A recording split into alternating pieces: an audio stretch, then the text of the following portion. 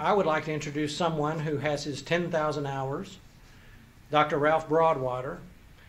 He wears, as Barry says, at least 2 big hats. He serves here at UAMS as Chief of Surgical Oncology, is a certified financial planner, and a registered investment advisor. He's worked for a number of years helping physicians wisely invest their money and reach their goals. He's been named as one of the top 150 financial advisors for doctors by Medical Economics magazine for several years. I would ask you to join me in welcoming Dr. Broadwater.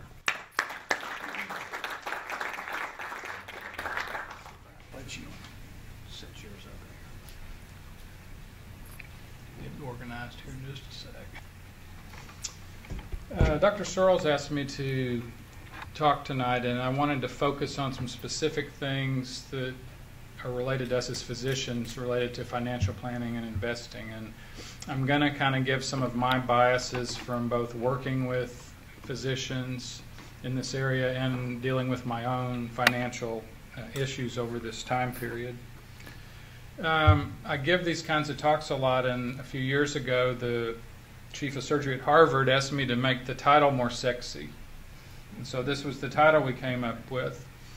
But I think you'll see as I go through this is some of the misconceptions we have of doctors, that we're going to be mega wealthy.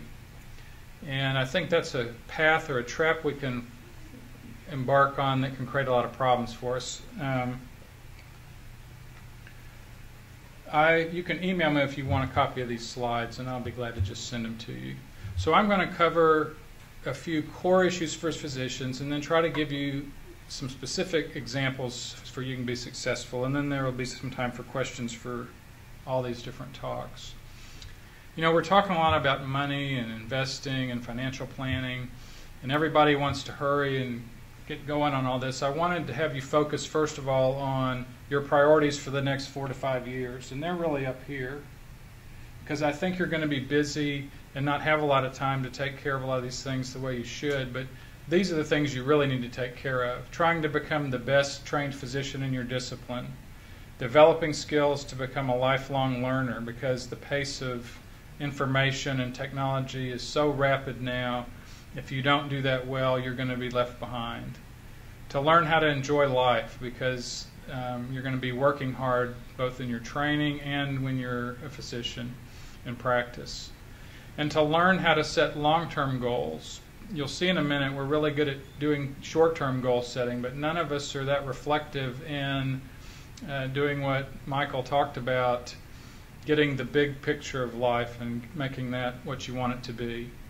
And then in the context of your training, try to develop good money habits. If you have a lot of credit card debt, try to rehabilitate yourself a little bit, or at least recognize at the minimum that you have developed a consumption lifestyle, which may create some barriers for your success going forward. You know, this slide, it's difficult to talk about the average doctor because the salary ranges are so high, you know, and these are the common specialties and the most recent information for median incomes. But if I were looking at what I know about physicians, there are physicians in the United States that are in HMO type practices that make as low as $75,000 annually, and there are physicians that make $4 to $5 million annually. And so that spread makes it very difficult to generalize information about physicians. So let's cover some sort of core issues that we all have. You know, all of us are some of the highest paid employees in the United States on an annual basis. And so we're going to have the luxury of high incomes.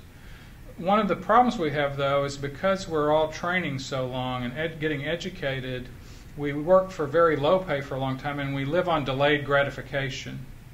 And that makes us, unfortunately, when we get done and we have money and the banks are willing to give us more money, to develop a consumption lifestyle. But I want you to develop the mindset that we have the luxury of these high incomes, but we're not really wealthy or rich. And in fact, it's very few of us that will become truly wealthy and rich in our careers, even if you save and do well, because we're like bricklayers. We have to sort of earn our money $1 at a time and save it $1 at a time. Unless you take a company public, you're an innovator and develop some product you sell, you are not going to be truly wealthy. And because of this consumption lifestyle, we get in this habit of buying lots of stuff, because having things and nice things makes us think we're affluent. But it's not really a path to financial freedom the way most of us see what we really want in our life. So I want you to just focus on this concept that there's a difference between high income and wealth. And you want to develop habits that get you closer to the path of having wealth, and not just bringing in a lot of money every year and having it be spent. You've seen this term before, right? You know what it means? It means you look like you're rich, but you don't really have any money. So that's very common. You know, if you, I remember when we were looking at houses, we'd go into some of these really nice homes that people had bought in town, and they had spent all their money on their mortgage and they couldn't even put curtains up. Or their furniture was furniture they'd bought at Walmart. And it was sort of, this is sort of the big hat, no cattle concept. You know, the wealthy approach using their money very differently than the average person. They really use their money to buy assets that grow, compound, and then generate additional income. And that's why it's so important to understand this, so that you don't slip into this consumption lifestyle and don't have the money to save, because that's where you develop your freedom to do the things you want to do as you get older. So here's a contrast for you and how this works. You know, if you get done with your training and you want this new 2011 BMW M3, you can buy it and they'll do the loan for you. And it costs $58,400. These things trend down, so in 5 years your BMW is only worth $26,000. So it's depreciated $56,000. Now you've had the use of it and you've had fun with it and it looks good and it's cool and it's fast, but it's lost value over that time period. To contrast that, here's an actual MD client. He's saving $43,000 a year outside of his retirement plan, and he's saving $49,000 a year, maxing out his retirement savings. And just to show you how this works, in 2009, he had saved and accumulated $1.85 million. And in 2010, that grew to $2.1 million. So this money he's feeding into his investing has grown over that 1 year period by $240,000.